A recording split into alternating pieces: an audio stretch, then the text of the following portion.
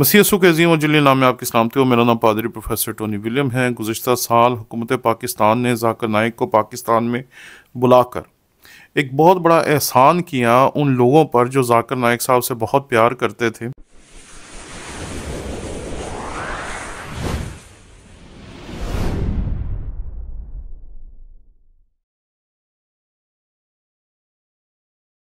उनके television station को सुनते थे, उनके लेक्चर्स को सुनते थे, उनकी किताबों का उर्दू में तर्जुमा किया जाता था, उनकी किताबें उर्दू में पाकिस्तान में पढ़ी जाती थी और लोग उन्हें बहुत प्यार करते थे। जब वो पाकिस्तान में आए तो उन्होंने अपने कद का अंदाज़ा लोगों को दिया। लोगों को पता चला कि वो कितने बड़े इंसान हैं, कितना बड़ा उनका अखलाक है, कितना बड़ा उनका किरदार है, कितना वो औरतों की रिस्पेक्ट करते हैं, कितना वो तमाम चीज़ों को समझते हैं और कहाँ उनका जहन है। क्योंकि आते साथ ही सबसे पहले PIA के साथ उनकी जो इख्तलाफात हुए, झगड़ा हुआ, वो जो इतना सामान लाना चाहते थे, कैमरे लाना चाहते थे, वो सारों के ऊपर जो झगड़ा हुआ वो आपके सामने है। ख़वातीन की जिस तरीके से उन्होंने बेइज्जती की, ख़वातीन के लिए उन्होंने वो अल्फाज इस्तेमाल किए जो शायद इस्तेमाल करना रवा नहीं है, ये सब कुछ हमने देखा। लेकिन मसला वहाँ आकर बिगड़ा जब उन्होंने लोगों को ललकारना शुरू कर दिया। जब उन्होंने कहा कि अगर कोई मर्द का बच्चा है सामने, अगर कोई मर्द का बच्चा है तो वो हमारे सवालों का जवाब दे, अगर कोई मर्द का बच्चा है, अगर कोई मर्द का बच्चा है। जब वो ये मर्द का बच्चा की तान गा रहे थे तो फिर उनके सामने इमरान गिल साहब आए, फिर उनके सामने सैमसन जॉन आए, फिर उनके सामने सुनील राज आए, फिर उनके सामने एहसान सिंधु आए और इनके अलावा वो सैकड़ों मसीही आए जिनके मैं नामों से भी वाकिफ़ नहीं हूँ। और इन्होंने आकर हज़ारों के मजमों में उनके सामने खड़े होकर एतराज़ात करने शुरू कर दी। मैं हैरान था कि इन्होंने ये एतराज़ करने क्यों शुरू कर दी हैं, क्योंकि हमने हमेशा अपने लोगों को समझाया है कि आपने कभी भी गुस्से में नहीं आना, आपने कभी भी नाराज़ नहीं होना, आपने कभी भी किसी के ऊपर अटैक नहीं करना। हम पाकिस्तान में अपने लोगों को एक ही चीज़ सिखाते हैं और वो ये है कि आप अपने ईमान को जानें, अपने ईमान से वाकिफ़ हों, अपने ईमान को पढ़ें, अपनी बाइबल को पढ़ें, अपनी बाइबल से वाकिफ़ हों। अपनी बाइबल के अलावा किसी और किताब की तरफ आपको जाने की ज़रूरत नहीं है, किसी और के ईमान के ऊपर बात करने की ज़रूरत नहीं है। क्योंकि हमारे यहाँ किसी का किसी बात पे भी दिल दुख जाता है और वो उस दुख के साथ कुछ भी कर गुजरता है। तो इन तमाम तालीमात को जो हम अपने लोगों को पिछली कई दहाइयों से दे रहे थे, इन तमाम तालीमात के बावजूद जब ज़ाकिर नाइक साहब ने चैलेंज किया, अगर कोई मर्द का बच्चा है तो सामने आए, अगर कोई मर्द का बच्चा है तो साबित करें। तो जब उनकी ये बातें सुन सुन के हमारे लोग जो पिछली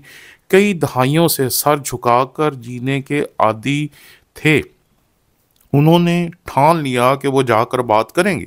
और फिर इन लोगों ने जाकर जिस तरीके से भी किसी के पास हिकमत थी, जिसके पास जितनी भी अक्ल थी, जितनी भी फहमो फरासत थी, उसने जाके बात की। यहाँ तक कि एक शख्स के बारे में किसी ने मुझे बताया कि वो घर से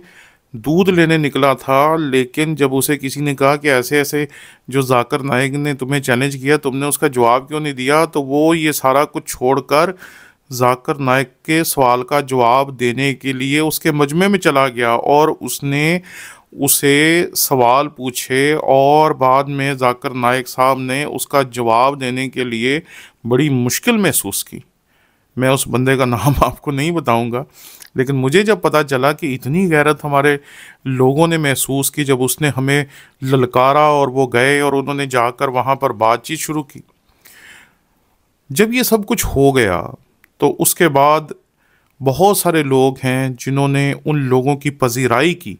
जिन लोगों ने जाकर इतने बड़े बड़े मजमों में, इतनी बड़ी बड़ी पंडाल जिसमें हज़ारों की तादाद में मुस्लिम थे और चंद एक मसीही उसमें थे,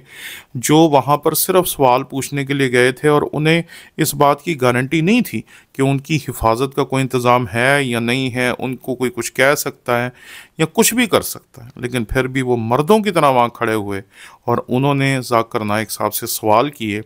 और आप मेरी गुज़िश्ता वीडियोज़ को देख कर इस बात को देख सकते हैं कि ज़ाकिर नाइक साहब कई जगहों पर सवालों का गलत जवाब दे गए और उससे ये हुआ कि लोगों को ये भी पता चल गया कि जाकिर नाइक साहब कितने बड़े आलिम हैं। अब यहाँ जो इस वीडियो में मैं आपके साथ बात करना चाहता हूँ वो ये है कि दो चीज़ें हैं जी, कि जिन लोगों ने ये दलेरी की है, उन लोगों ने दलेरी की क्यों। कई लोग हैं जो हमारे उन लोगों को जिन्होंने दलेरी की और जाकिर नाइक जैसे एक इतने बड़े उस्ताद के सामने, जिसको जो अहले इस्लाम हैं शायद वो अपने एक मुजाहिद की तरह समझ रहे थे, उसके सामने जाकर खड़े होना और हज़ारों के मजमे में अकेले एक मसीही बच्चे का या बेटे का जाके बात करना कोई छोटी बात नहीं है। गुज़िश्ता 2 दिनों में मुझे मौका मिला कि मैं 2 मसीहियों से मिल सकूं। एक सुनील राज हैं, वो मेरे पास आए और उन्होंने कहा कि मैं आपसे मिलना चाहता हूं। तो मैंने कहा जी आप आ जाएं, मैं अगर अवेलेबल हूं तो मैं आपको ज़रूर मिलूंगा। तो वो मेरे पास आए, उन्होंने मेरे साथ वक्त गुजारा, बहुत सारी बातें की, बहुत सारी बातें मुझसे पूछी और बहुत कुछ हमने एक दूसरे के बारे में जानने का मौका मिला। फिर कल मेरे पास एक और भाई आए, वो भी जाकर जाकिर नाइक से सवाल पूछकर और अपने उस कर्ज को जो उन्होंने अपने ज़मीर पर महसूस किया मसीही ईमान का, वो उतार कर आए कि मुझे सवाल पूछना है इनसे, अगर ये ललकार रहे हैं तो मुझे उनसे बात करनी है। तो कल जब मैं उनसे बातें कर रहा था तो इन दोनों ने एक बात का बड़ी शिद्दत के साथ इजहार किया, और वो था कि दुनिया अब हमारी जो है वो इज्जत करने की बजाय वो ये कह रही है कि आप लोग तो वहाँ गए हैं शोहरत हासिल करने के लिए।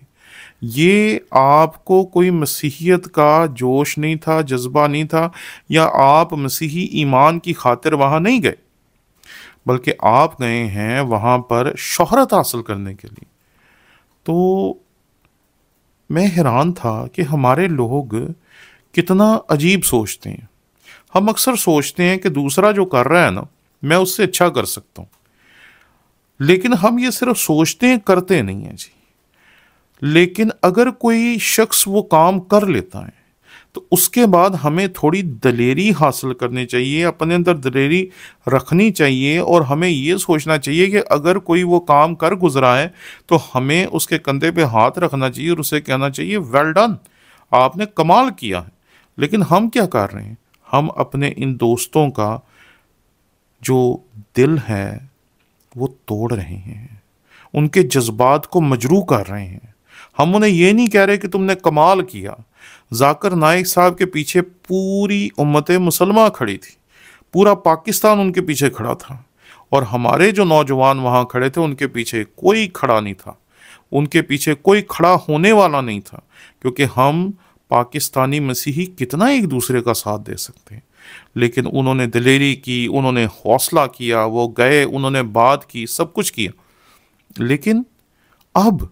जब उन्होंने ये सब कुछ कर लिया तो उसके बाद ये कहना कि चूंकि मैंने नहीं किया इसलिए मुझे दूसरे का काम करना पसंद नहीं आया, उसने ये ठीक नहीं किया, उसने वो ठीक नहीं किया, उसने यहाँ गलती की, उसने वहाँ गलती की। ये रोज़ की बात है, रोज़ मुझे वीडियोस भेजते हैं लोग और कहते हैं देखें जी उसने ये कह दिया, देखें जी उसने वो कह दिया, देखें जी उसे ऐसा नहीं था कहना चाहिए, देखें जी उसे वैसा नहीं था कहना चाहिए। अब ये बातें करने में अच्छी लगती हैं, लेकिन इस हकीकत को समझना चाहिए कि क्या अगर मैंने वो काम नहीं किया, आपने वो काम नहीं किया, तो जिसने वो काम किया है उसके कंधे पे हाथ रखकर उसे दिलेरी देनी चाहिए या उसके जज्बात को मजरू करना चाहिए, ताकि कल अगर कोई जाकिर नाइक की तरह खड़ा हो तो आज जो शख्स जाकिर नाइक के सामने खड़ा हुआ था कल वो उसके सामने खड़ा नहीं होगा। क्योंकि अगर हम ये शो करेंगे कि हम तुम्हारे साथ नहीं हैं तो फिर वो कल अपने अंदर हिम्मत जुटा नहीं पाएगा। इसलिए खुदारा इस बात में फ़र्क करना सीखिए कि हमारे लोग शोहरत के लिए नहीं, गैरत के लिए गए थे। तो जो गैरतमंद होता है ना, उसकी गैरत की तारीफ़ की जाती है, उसके जज्बात को मजरू नहीं किया जाता। इसलिए अपने लोगों के कंधों पे हाथ रखें, उनको शाबाश दें, उनको वाह वाह करें, आपने कमाल किया है। अरे जिसने भी किया है, जो भी किया है, हम उसके लिए खुदावंद के शुक्रगुजार हैं कि वो वहाँ गया, उसने बात की, और उसकी बात जो थी उसके वसीले से हमारा मसीही ईमान जो है वो लोगों तक पहुँचा है, और लोगों को पता चल गया है कि हमारे लोग कितने भी झुक के चल रहे हैं, लेकिन अपने मज़हब के दिफा के लिए, अपने दीन के दिफा के लिए वो पूरे तौर पर आज भी तैयार हैं। इसलिए दूसरों की हौसला शिकनी करने के बजाय आए हम अपने अंदर हौसला पैदा करें, और अगर कल को कोई ऐसा शख्स आकर दोबारा चैलेंज करे तो इस दफ़ा तो चंद लोग गए, अगली दफ़ा तादाद सैकड़ों में होनी चाहिए। आमीन।